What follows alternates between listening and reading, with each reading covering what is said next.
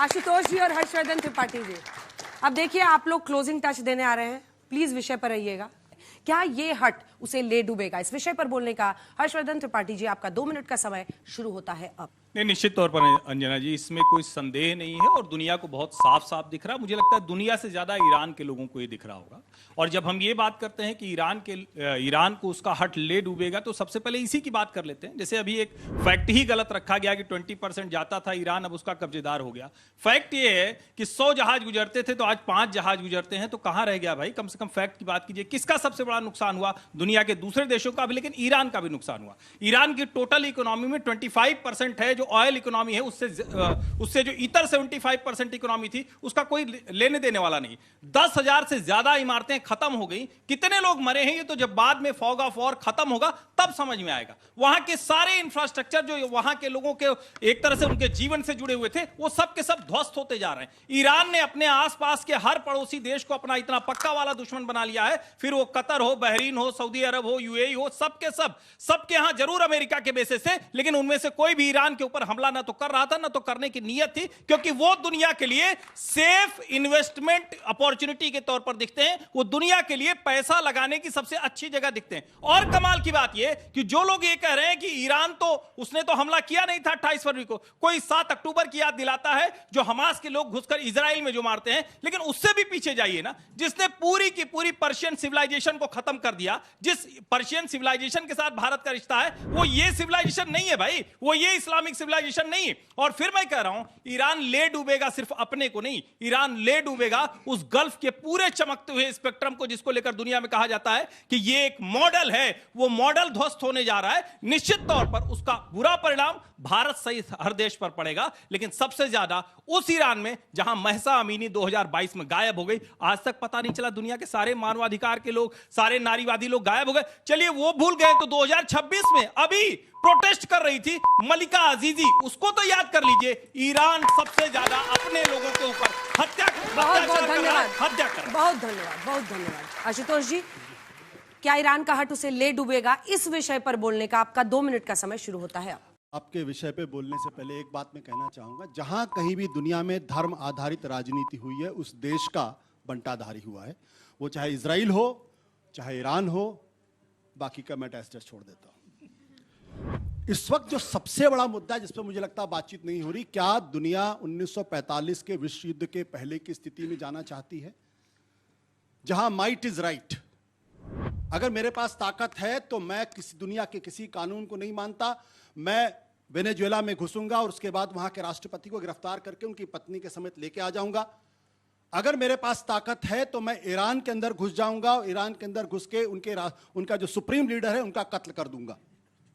क्या इसको प्रोत्साहन दिया जाना चाहिए या नहीं दिया जाना चाहिए? सबसे बड़ा मुद्दा है, क्योंकि अगर ये नहीं रुका तो फिर दुनिया अगले तीसरे विश्व युद्ध के लिए तैयार है, जंगल राज पूरी तरीके से आ जाएगा। ईरान क्या कह रहा है? ईरान कह रहा है कि जब जून के महीने में हम अमेरिका से बातचीत कर रहे थे, तब आपने बातचीत पूरी तरीके से छोड़ के हमारे पर हमला कर दिया। जब फरवरी के महीने में हम बातचीत कर रहे थे और 3 शर्तें हम मानने के लिए तैयार थे कि हम अपना परमाणु जो हथियार है उसको पूरी तरीके से सरेंडर कर देंगे, हमारे यहाँ जो न्यूक्लियर यूरेनियम इनरिचमेंट है उसको उसके लिए हम तैयार, उसकी एजेंसीज आके वहां चेक कर ले।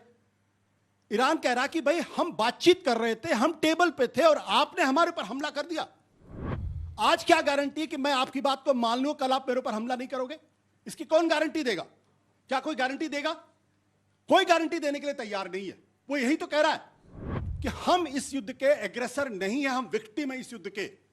और एक बात समझना पड़ेगा, जो लोग इजराइल की बहुत तारीफ करते हैं उनको मैं एक शब्द का इस्तेमाल करना चाहता हूं, नकबा। नकबा वो शब्द है 1936 के आसपास, जब फिलिस्तीन के गांव उजाड़ दिए गए, बड़े पैमाने पर लोगों का कत्ल किया गया। लोग भूल जाते हैं इस बारे में। जरा याद रखिएगा, आज अगर अमेरिका को इजराइल को इजाजत दे दी गई तो कल हिंदुस्तान में भी यही होगा। और हिंदुस्तान के प्रधानमंत्री के क्लोजिंग बैट्समैन ने भी अच्छी बल्लेबाजी की है। बहुत बहुत धन्यवाद। कोई सवाल हो? मेरे मन में आज जज साहब से एक सवाल। ठीक, जज साहब से सवाल पूछिए। सर विषय पे तो रहा ना? जी बिल्कुल। Good one. नतीजे का इंतजार कीजिए ना, जल्दी नतीजे का इंतजार कीजिए। अब जजेस के साथ प्लीज पूछिए और फिर छात्रों के क्वेश्चन फॉर हर्षवर्धन हियर। आपने कहा कि कोई ईरान को नुकसान हुआ है इस पूरे जंग में ऑयल को लेकर, but I don't think so, क्योंकि अभी तक ईरान सैंक्शन था। इस युद्ध के बाद ईरानियन ऑयल अनसैंक्शन हो गया, तो कैसा नुकसान हुआ? नहीं, मुझे लगता है गीता जी, आप तो चूंकि इकोनॉमिक और एक्सटर्नल अफेयर्स के मामलों को जानती हैं, तो इस सवाल की मैं उम्मीद नहीं कर रहा था। 5% अब टोटल वहां से जो शिप गुजरता है, जितने भी केपलर हैं, दूसरे हैं, सब पे 5%, यानी 100 गुजरता था तो 5, उसके कौन खरीदार हैं? अभी भी उसका खरीदार चाइना है, पहले भी उसका खरीदार चाइना था। आप उस डेटा पर जाएं तो ईरान जो तेल बेचता था, आज उससे लगभग 60%, मतलब 100 बेचता था तो 60 ही बेच रहा है। ऑन द हाई सीज जितना भी ईरानियन ऑयल है अब वो लीगली बिका है इन चाइनीज युआन, तो ईरान नुकसान में नहीं है। ईरान का आपका जो ब्लैक में बिक रहा था, अब it is kosher. Ironically I am using the word kosher. एक सेकंड रुक जाइए। हाँ, मैम मेरा सवाल देखिए, मुझे उनसे लगता था। है कि इस पूरे ठीक है, एक युद्ध सेकंड में रुक जाइए आशुतोष जी, आप ही दोनों खड़े हैं, जल्दी से। मेरा सवाल उनसे था, आपने कहा ईरान खुद को डिफेंड कर रहा है। दुबे जी से, हाँ, नहीं वो जो सबसे सरवर साहब से।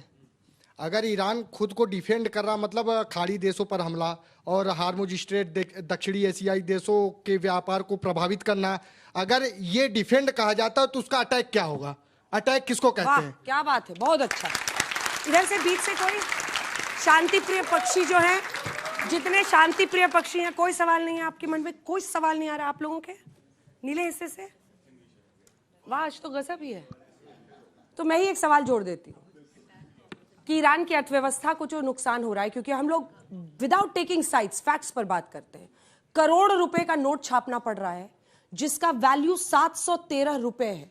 चावल, दाल, एक एक चीज की कीमत, मतलब आम ईरानियों के एक्सपेंस पर आप इस युद्ध को आगे ले जा रहे हैं, क्योंकि आपको अमेरिका को सबक सिखाना है, खाड़ी देशों पर हमले कर रहे हैं, हॉर्मूज को हथियार बना रहे हैं। जवाब दीजिए। अंजना जी, मुझे लगता है कि आपका सवाल बुनियादी तौर पे गलत है, क्योंकि यहाँ ईरान ने अमेरिका के ऊपर हमला नहीं किया, यहाँ ईरान ने इजराइल के ऊपर हमला नहीं किया, और किसी भी ये दुनिया का पहला सिद्धांत है सेल्फ डिफेंस।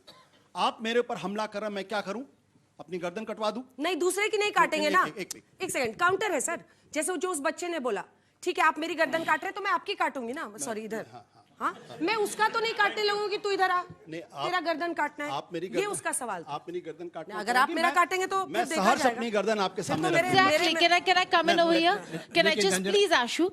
अटैक का ऑपोजिट डिफेंड नहीं होता है, अटैक का ऑपोजिट होता है रिटेलिएशन इन जियोपॉलिटिक्स, और ईरान रिटेलिएट कर रहा है। पर किसको? डिफेंड नहीं कर रहा। यूएस बेसिस, यूएस को नहीं कर सकता ना, तो यूएस को ही कर रहा है। मैं सवाल का जवाब दे दूं?